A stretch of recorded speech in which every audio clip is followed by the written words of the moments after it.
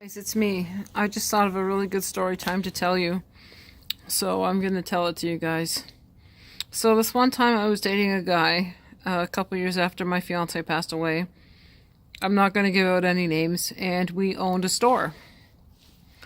And it was pretty interesting. I did a lot of my crystal work there and anything I wanted to do, any of my crafts that I was selling. We did art shows and craft shows. It was fun in some ways and bad in others, but I won't go into the negatives because there was some really dark and negative times during that time with that person.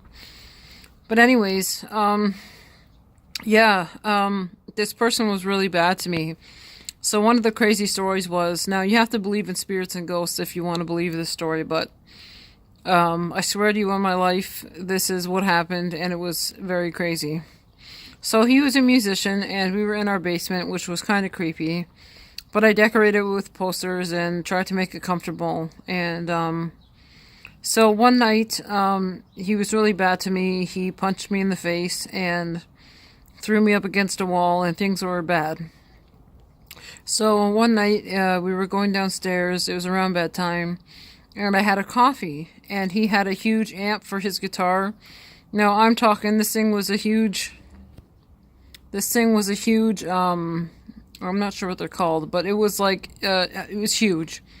I had just almost put my coffee onto it, about maybe an inch before I put my coffee onto it, and the whole thing, it felt like a ball of energy. That's how I can explain it, like a ball the size of, oh, how do I even describe the size? Like one of the biggest beach balls you could ever think of, or like a huge giant hand. Just felt like it came through us and through the amp and knocked the amp right over. Busted the amp, and it was completely unusable. And the force and the energy that I felt come right through me knocked it over. And I thought for sure, I'm like, oh my god, he's going to think it was a coffee. He's going to think I put the coffee on it, and that's what made it fall over. But there's no way, even if I did, even if the coffee touched it, there's no way that would have fallen over. We tried to pick it up and try and push it over ourselves. The thing was so heavy you couldn't even do it.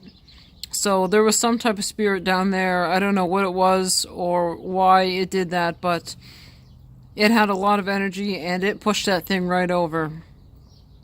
Another time was, we were looking out the front window one night when we couldn't sleep, and some guy was in a truck and he bumped my car pretty bad and didn't even leave a note. And sorry if this offends you guys, but we took a condom and put mayonnaise in it and threw it on the front of his truck because we were mad. And I think he got the hint because the next morning he left and didn't leave a note or anything like that, but hopefully he got the hint. So we did poetry readings and stuff there. It was pretty cool. Art nights, we did art nights where people did paintings and stuff like that. We had craft shows there. We lived in the basement. That was okay. We had a tool shop down there. Upstairs is where we did most of the work. I got to do a lot of my art, my crafts, and all of that there. I'm trying to think about what else weird happened. Because there was a lot of weird stuff that happened when we were living there. The reason we lived in the basement was because the whole store the whole store itself was $350, and it was huge. So we just lived in the basement and bought a shower, put the shower in the basement, and it was great. That was the only ghost story that happened there.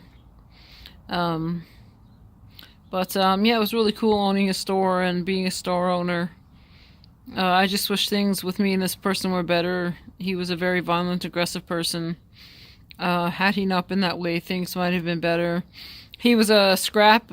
He did a lot of scrap, so we had a lot of scrap and a lot of cool things in the store, almost like a picker store.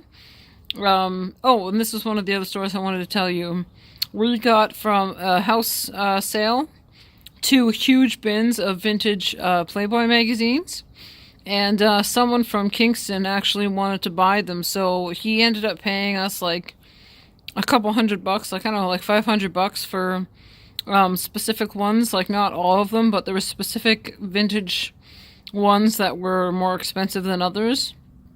So A friend of ours drove up to Kingston and dropped those off. But it's just funny what people have in house sales. Like, we just had 2 huge boxes of porno, and I'm like, what are we supposed to do with the rest of this? Like, it was just awkward having it around. So I can't remember what we did with the rest of it. The unfortunate part is the calcite I told you about that I lost in my previous video was because I had to leave it in that store because when I left. I wasn't going back because of this person. He was too violent. I didn't want to risk going back and getting it, and I lost my calcite I found by the river, and some other things that were important to me. But now that I've grown up, I've learned what kind of man, to keep in life, and what kind of people to keep in life, and what kind of friends to keep in life. But yeah, it was a really interesting time in my life, and we did a lot of fun things, and those were just a couple stories that happened while we were in the store. So yeah, it was pretty interesting. And one of the best things that ever happened was there's a kind of a crazy guy around here, and he brought in a pair of size 10 boots, and they were like the coolest boots ever. And he wanted to trade them for something, and we're like, yeah, cool. Like, my ex was like, yeah, my girlfriend would love these. And so we're like, pick anything in the store. The guy picked this broken little plastic music box. I don't even know why it was in the store. It was like a little kid's toy. It was like this plastic little music box, and that's what he wanted. So we were like, okay, if that's what you want, okay. And to this day, I still have those boots, and they're still fantastic, and yeah, it was really cool. So, we met a lot of cool people. Some guy came in from, where was he from? Italy, I think, or something like that, and he had a Venom shirt on. So we were talking to this guy about Venom. He was a metalhead, and he came from a long way. So we met a lot of cool people, and a lot of weird people, that's for sure. The area the store was in is kind of in an area where there's a lot of weirdos, but yeah, it was a very interesting time, and it was definitely worth it. Even going through the bad things, you learn how to grow from that. So yeah, there's a story about my time in the store and some crazy things that happened, and just kind of some things we did. So hope you guys enjoyed the story, and I'm gonna write out a list of some cool stories I think that might interest you guys, and post them sometime soon. Okay, have a nice day, guys. The funeral went okay, if anyone was wondering. It's done and over with now, so just be family time and quiet time. Okay, take care, guys. Have a good day.